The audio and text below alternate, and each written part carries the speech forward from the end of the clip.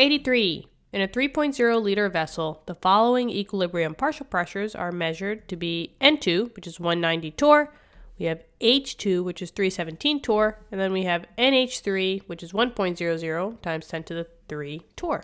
Then we have this balanced equation, which I wrote over here already for you guys, and then we're on letter B. So they're saying that hydrogen is removed from the vessel until the partial pressure of nitrogen at equilibrium was 250 torr. Calculate the partial pressures of the other substances under the new conditions. Okie dokie. So the first thing that we have to figure out is they give us equilibrium pressures for N2, H2, and NH3, right? They said that it was at equilibrium for the following equilibrium. So I know that these numbers are equilibrium values. So I have three values for this. So we have equilibrium. But remember that if we're talking about pressures, and we're talking about pressure, remember torr is one of the units for pressure. If we're dealing with equilibrium, the only pressure unit that is allowed is ATM, not torr. So the first thing is that I have to convert these three values into ATM values. And I wrote down the little conversion of how to go from torr to ATM, which is atmospheres. So for each one of these, I have to divide by 760. There's 760 torr for every 1 atmosphere or 1 ATM. So you have to just divide by 760. So for N2, it's 190 divided by 760. And I'm just going to put the new value of 0.25. We'll say 0.250. Doesn't really matter. Maybe we'll do 0.25 ATM. And maybe I will write the unit. For the H2, I have 317. So 317 divided by 760 is 0.417. ATM. And then for the NH3, it's 1 times 10 to the third divided by 760. So I get roughly 1.32 ATM. Perfect. Now remember, when we're dealing with equilibrium, they should have given us a K value, right? Usually they give us a balance equation and then a K value. Since we're dealing with pressures here, we should know a Kp value. So that's the first thing that I have to figure out. I can't basically answer the question unless I know a Kp value. So since these are all at equilibrium, I could take these values and solve for Kp. Remember, the general formula of Kp is this one, right? Kp is just the pressures of the products divided by the reactants. They're all raised to the coefficients. And remember, only aqueous and gases are allowed. But since here there's all gases, we're good to go. So let's just write out that formula. Kp equals, I got one product, so it's the pressure of NH3. And remember, you have to look for those coefficients. There's a 2 here, so I'm going to square this one. And then for the reactants, I have the pressure of N2. That one is going to be raised to the first because there's no number in front of here, right? That was a 1. And then it's being times by the pressure of H2. And in this case, since there is a coefficient, there's a 3 here, I have to cube this. So in this case, we know all 3 of these values, right? So I'm just going to plug these in and solve for my Kp. So Kp equals, let's see, we have 1.32, and that's going to be squared, divided by 0.25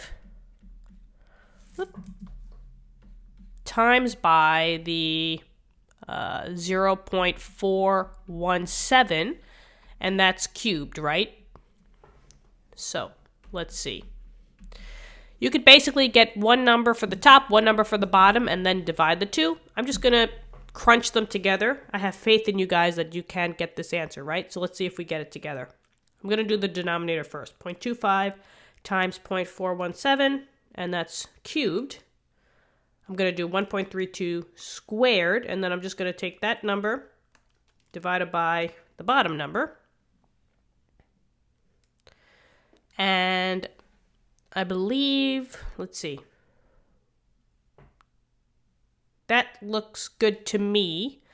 I got 96.1. Probably we'll use 3 sig figs, so we'll say 96.1. Okay, so this equation has a Kp value of 96.1. Beautiful. So let's now pause the video because we have to now work with what's going to happen when hydrogen is removed. So I don't need this anymore. I already wrote that the Kp is 96.1, so we can get rid of that. This is going to come in handy at some point, so I'm going to keep this. I'll get rid of this because we already have the specific formula. Maybe I'll just actually move this over here. Okay. Now, they said that hydrogen is removed until the partial pressure of nitrogen is now at a new equilibrium value. It's at 250 torr. Well, the first thing is I can't use torr values, so right off the bat, I'm just going to convert this torr into ATM by doing the same thing. 250 torr, if I divide by 760, 250 divided by 760, I get 0.329 ATM. Okay, so they're saying now that the new equilibrium partial pressure of nitrogen is 0.329 ATM. So we're talking about this. And what happened? It was at 0.25, and now it went up to this amount, right? It had to increase. So are these going to be equilibrium values anymore? No, that's the start, right? So basically, what I'm going to do is I'm going to get rid of this, and I'm going to say that this is equilibrium.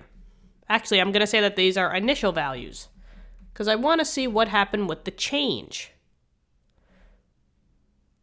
Now, this is kind of like acting as an ICE table. If I just say ICE, right? I stands for initial, C, and E. Now, they're telling me that the new partial pressure of nitrogen, which is N2, was this amount. So at E, at equilibrium, the number is now 0.329.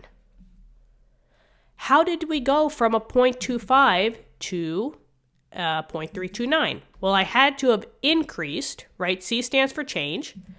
So I had to have increased by some number. This is obviously greater than this, but I don't know by how much. I'm going to label it as X.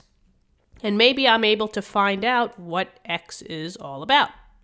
So I can say that 0.25 plus X, right? The sum of these always equals equilibrium. So this would have to equal 0.329. And let's just solve for X. So I'm going to subtract by 0.25 and see what's up. So I get X equals 0.329 minus 0.25. And I get 0.79. And this is ATM. Okay. So now, let's see. It says hydrogen is removed from the vessel, and we now need to calculate the partial pressures of the other substances under these new conditions.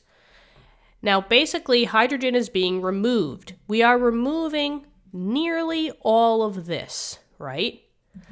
But there's a relationship between N2 and NH3. If we are plussing by X, keep in mind that it's plus a 1X, and this side is increasing, the product side must be decreasing. By how much? What would be the C value in this column? It would be minus, there's a 2 here, so minus 2X. And now, since we know that the X value is 0.79, I can do the math to find out what my new equilibrium value would be over here, right? It would be 1.32 minus 2 times 0.79, right? It's minus 2x. So I'm just plugging in the 0.79, the x value, into this x. So let's see. 1.32 minus 2 times 0.079. So I know that this new equilibrium value for NH3 is 1.16, we'll say, if we're rounding it with 3 sig figs. Okay, so we have 2 out of the 3 numbers. So we have this, and we have this. But now the question is, hydrogen is being removed. So we don't have this amount anymore. We have a completely new equilibrium value, which basically has nothing to do with this because we removed the hydrogen. So do we know what this equilibrium value for H2 would be? No. So we label it as X. Now there's 2 things that you could do here. You can say that it's 3x because there's a 3 coefficient here. But since we're only dealing with one compound, you can label it as just X. But if you did use the 3x, you would have to go back and just times by 3 to your final answer. To make things easier, if we're just solving for H2 as being X and there's no X values in here, we're just going to leave it as X. Now, we're going to use this formula again because now we know the Kp value. So I'm just going to move this over here and actually maybe just to kind of, let's see, maybe squeeze that over here, right? There we go. So now we know that the Kp is going to be 96.1. The NH3 is now 1.16. The N2 is 0.329, and we're just basically solving for this, which is X. So let's go for it. 96. Maybe I'll just erase this, and I'll start at the top here. 96.1 equals something over something else. We have 1.16, and that's being squared, divided by the 0.329 times the x, and that's cubed. Okay, so looks like cross multiplication to me, right? Cross multiply with that, and then this is basically the same. So 1.16 squared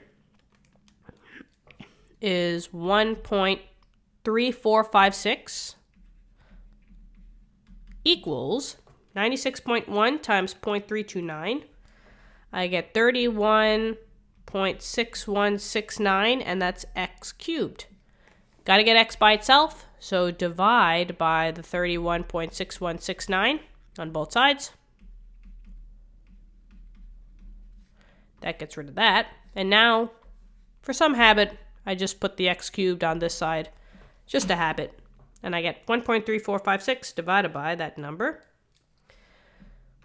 I try not to round this one, or as much as I can, because this is not the final answer. 25, that's good enough.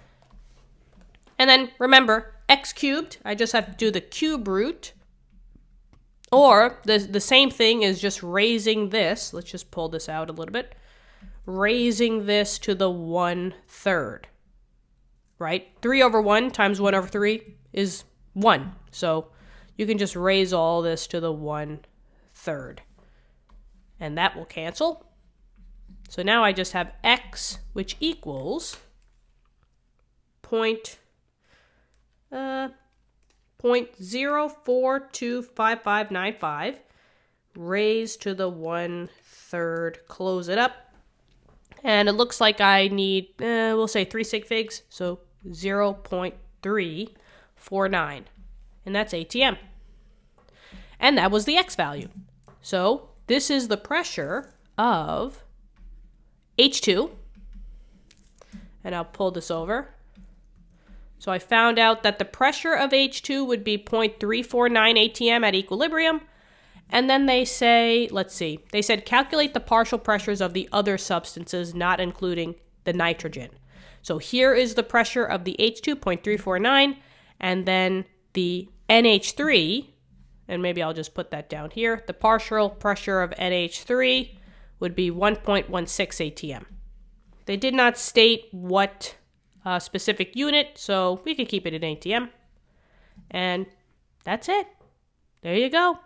Hopefully this helped. Let me know in the comments. Thank you so much. If you want to help us out, please press the subscribe button. And I will see you all in later lessons. Have an awesome day. Okay, bye-bye.